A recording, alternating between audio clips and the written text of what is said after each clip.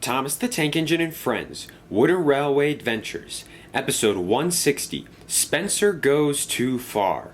One morning, the engines were at Knapford Station when Edward rushed in with some urgent information. "Did you all hear the news?" he asked quickly. "What news?" asked James. "The Duke and Duchess are leaving the island of Sodor." "What?" cried the engines.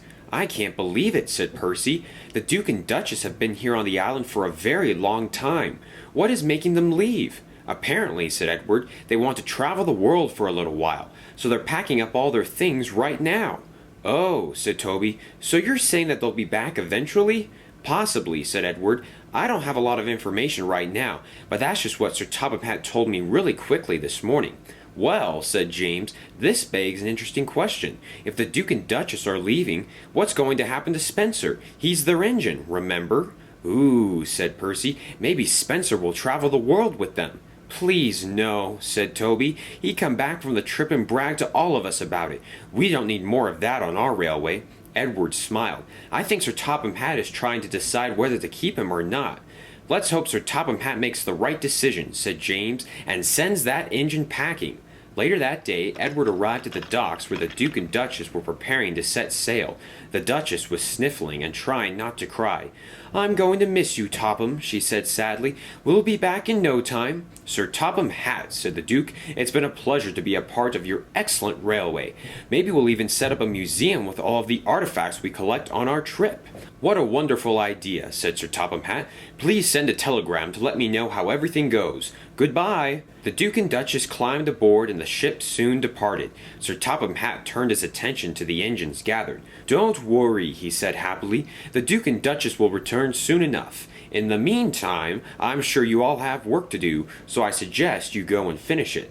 All of the engines puffed away except for Spencer. He hadn't said a word the entire time. "Are you all right, Spencer?" asked Sir Topham Hatt. "No, I'm not," he said crossly. "The Duke and Duchess go on a vacation and leave me here on this filthy island. What great owners they are." "Humph!" Sir Topham Hatt ignored the rude remark. "Actually, they're not your owners anymore." Spencer suddenly became very excited. "Really? Nobody owns me anymore? Hooray! This is the most glorious day ever!" "Actually, Spencer, I am your new owner." Spencer's enthusiasm disappeared. "What?" he shouted. "I'm still under your command?" "You've always been under my command," said Sir Topham Hatt. "Remember, I am, after all, the fat controller." But Spencer had it. "I will no longer be told what to do. I am a special, proud engine, and I deserve better treatment than this." He puffed away at once. Sir Topham Hatt sighed. "This isn't going to be fun," he muttered to himself. For the next few days, Spencer did nothing but sit in the shed. The engines completely ignored him. They weren't very happy that Spencer was still on the railway. "Nobody here appreciates me," said Spencer crossly. "I work very hard and, well, maybe I don't work very hard, but at least I try to work. Manual labor isn't for me, that's for sure." Thomas had overheard what Spencer was saying and told the engines the next day. "He's very full of himself," said Henry. "He doesn't understand the concept of hard work and effort," said Daisy. "If he keeps at it, Sir Topham Hatt will send him away before he knows it," said Stanley. "Now let's not speculate and spread rumors," said Edward. "For the time being, Spencer is still on our railway, and we should give him the benefit of the doubt. Perhaps he's lonely. I'll go talk to him." When Edward arrived, however, Spencer was more than rude. "Go away," he said snootily. "You'll dirty up my paint." "How?" said Edward. "I just came to say hello." "Well, I know you don't mean it," he said. "Just go away." "I'm just trying to be friendly," said Edward. "You know, other engines would like you more if you would just be nice to them." "Who cares?" said Spencer crossly. "I won't be on Sodor for very much longer. The Duke mentioned something about sending me to another railway, a private railway, where engines are actually treated with respect, and not forced to do dirty work in those things you call sidings." "The island of Sodor is actually one of the nicest railways in the world," said Edward. "Any engine with coal in his bunker would know that." "You're no help," said Spencer. "Maybe when the Duke returns, he'll stick you in his museum. After all, that's where you belong, isn't it?" This made Edward very cross. "I may be old, but I'm still useful. Now, if you'll excuse me, I have to go be productive and pull a train, because that's what real engines do." Spencer chuckled. "It's only a matter of time before you get scrapped, Edward. You may as well cherish your last few days." Edward had finally had enough. He stormed away and was very cross the next few days. Finally, Sir Topham Hatt asked him what was wrong, and Edward told him. "This is unacceptable," said Sir Topham Hatt. "I was willing to give Spencer a chance to redeem himself, but he does nothing but complain and sit around all day. I will go give him one final warning."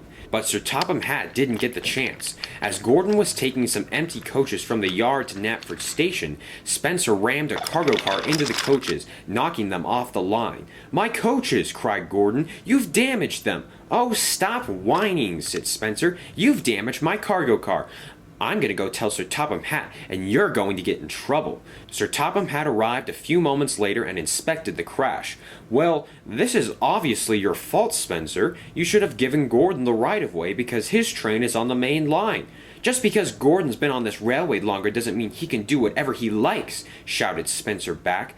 "Just because the Duke and Duchess left you here doesn't mean you can make life miserable for the rest of us," shouted Gordon. "Don't say that," said Spencer, and he banged the coaches hard again. "Enough," said Sir Topham Hatt. "Spencer, that is it. I will no longer tolerate this behavior on my railway. You've taken advantage of my gratuity for the past few years because you knew I wouldn't get rid of you while the Duke was here, but now that I am your owner, you will do as I say. Stop this at once!" Just then, Molly came around the bend and swerved to avoid the pile-up on the main line.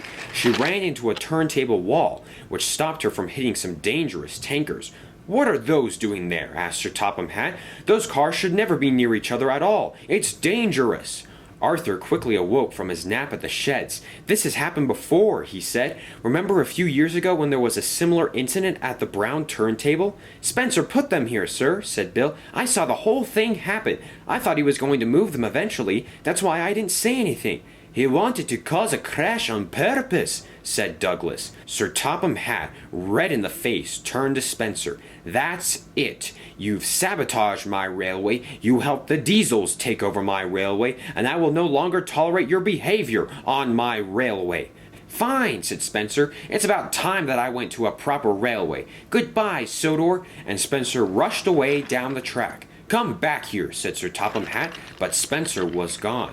"What now, sir?" asked Bill. "You can't get rid of Spencer if you can't find him." "He'll show up in no time," said Sir Topham Hatt. "Either that or he will run out of coal. Finally, the island of Sodor can have some peace and quiet." But unfortunately for Sir Topham Hatt, Spencer never did show up. The engines looked for him everywhere, but he was nowhere to be found. "What if he fell off the track and rolled down a hill?" asked Edward. "Serves him right," said Henry. "We've put up with his nonsense for long enough. It's time for him to go bug some other railway." "I heard that he snuck out on one of those fishing boats," said Percy, "but I don't know how true that is." "Spencer," said Gordon, "a sophisticated locomotive like himself on a fishing boat? Ugh, unlikely." "Whatever the case may be," said Thomas, "at least we can focus on our work now, knowing that Spencer is finally gone." And for the first time in many years, the engines went to sleep that night, knowing that they were just a little bit safer than they were before.